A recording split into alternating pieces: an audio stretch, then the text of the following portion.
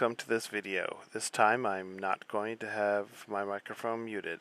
I'm going to take a look at Hibernated, an interesting Infocom style text adventure playthrough on the Atari 8-bit. You see I've got my FujiNet here. I'm going to use it to load my disks. I have disk 1 in slot 1 and disk 2 in slot 2. FujiNet's going to handle both these for me so I don't have to worry about any floppies. Once I've got those set up, I'm going to boot it up and we're going to see what this game is like. I have never played this game. I've read a lot about it. I've seen some other gameplay, but I have never played it. So guessing with 2 disks it's going to load the engine. Yeah, so it's going to load this on the FujiNet. I push the A button that swaps slot 2 disk into slot 1 and I continue on, and here's the game. So there we are, Hibernated 1. This is Hibernated 1, the director's cut that I grabbed off itch. I've got information in the notes about where you get this game and where you use it.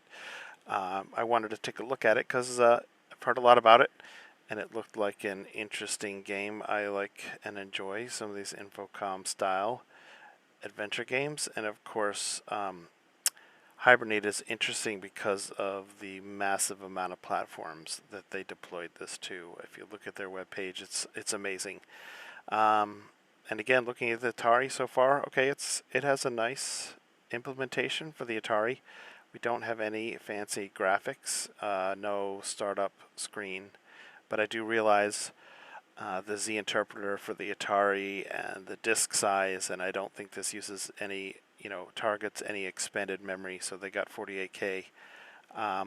Things are tight in there, so it looks like it's just the game, which is fine. I played this through a little bit, decently solved a couple of the very simple puzzles at the beginning. I went through my ship and hopped over to the alien ship, which is blocking the progress, which is kind of, I think, the crux of the game of understanding and exploring the alien ship and finding out why it's in your way.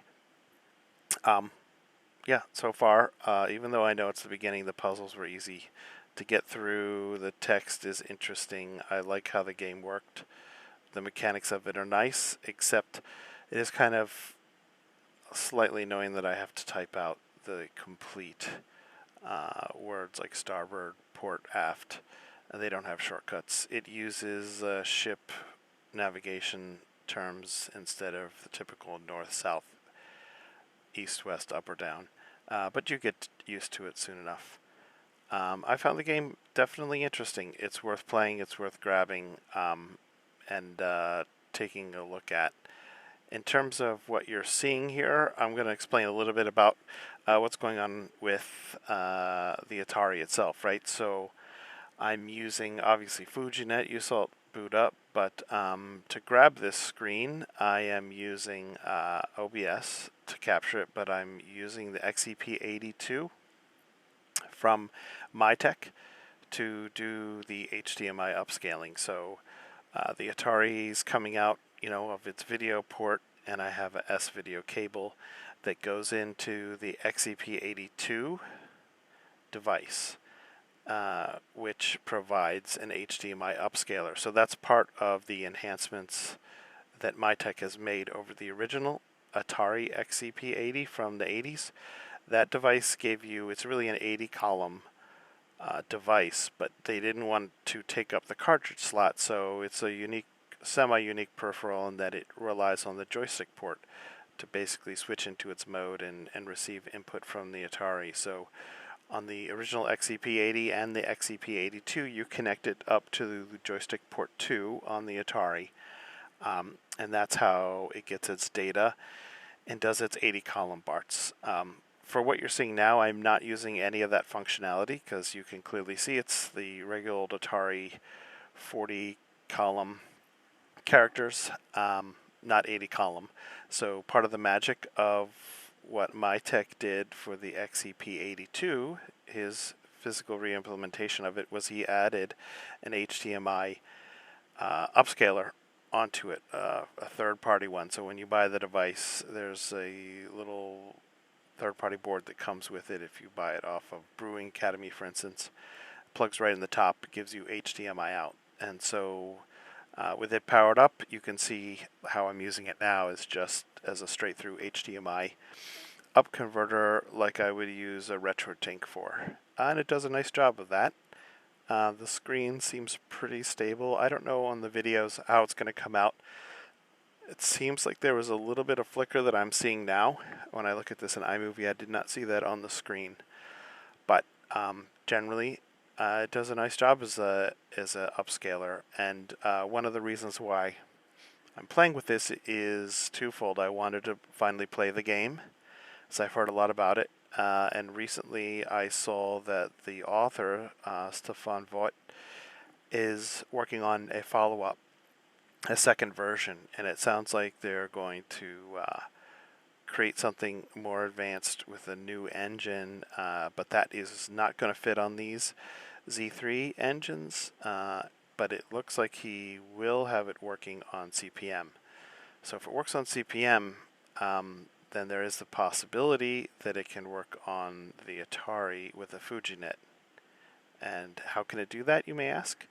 Well, something I just found out, that the FujiNet continues to even amaze me, someone who is fairly involved with it and spends a lot of time talking to the people who are working on it. The FujiNet contains an active CP/M emulation device software running inside of it. Amazingly enough, yes. In addition to everything else the FujiNet does, it provides a CP/M computer inside, ready for you to use from the Atari or really any of the other platforms that the FujiNet supports. How does it do that?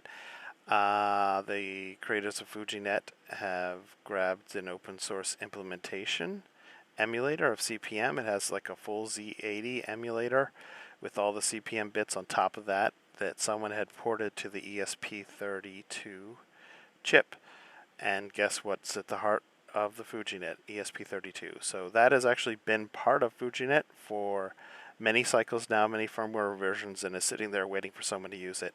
And to use it, it's quite easy. You simply need to have 80 columns because CP/M expects 80 columns. So this is where the XEP80 comes into play. I got that back out, was doing some stuff because I want to get ready and use it to explore a little bit more of the CP/M device that is existing on my FujiNet.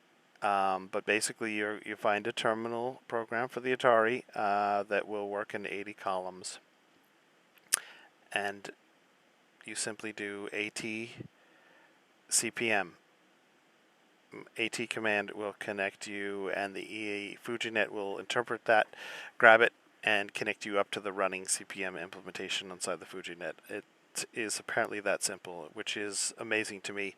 I'm going to explore that further, and there will definitely be some videos about what I find out with that, because that's pretty cool. And if that's the case, perhaps this will be necessary in order to play Hibernated 2 when it's released. I'm not sure.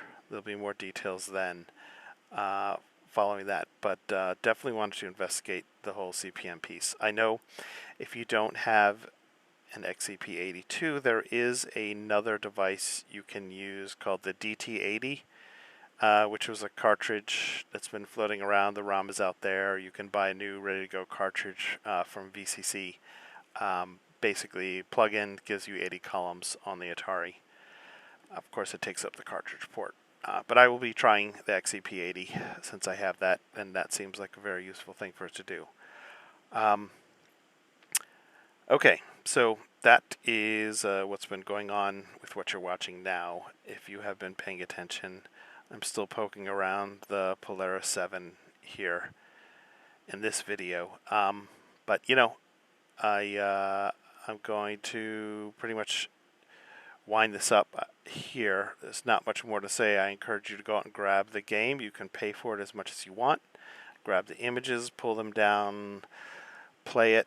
It's worthwhile. I'm going to finish it in the next month or so. Get ready for Hibernated 2, which is going to come out at some point in the future. It sounds like they're just working on it, but it sounds like it's going to be bigger, better, more intricate. And as always, check around at the FujiNet Discord, or you can hop on my website, Atari Orbit, and to find out the latest going-ons in the Discord with FujiNet. There's always a lot happening, and like I said, it continues to even amaze me what's already on there today. Something like CPM's been hiding in there. All right, with that, I'll leave it. I'll let this play out a little bit longer to some music, but there's not much more going on except me going through the game. And again, grab it and try it yourself. See if you can solve it. Goodbye.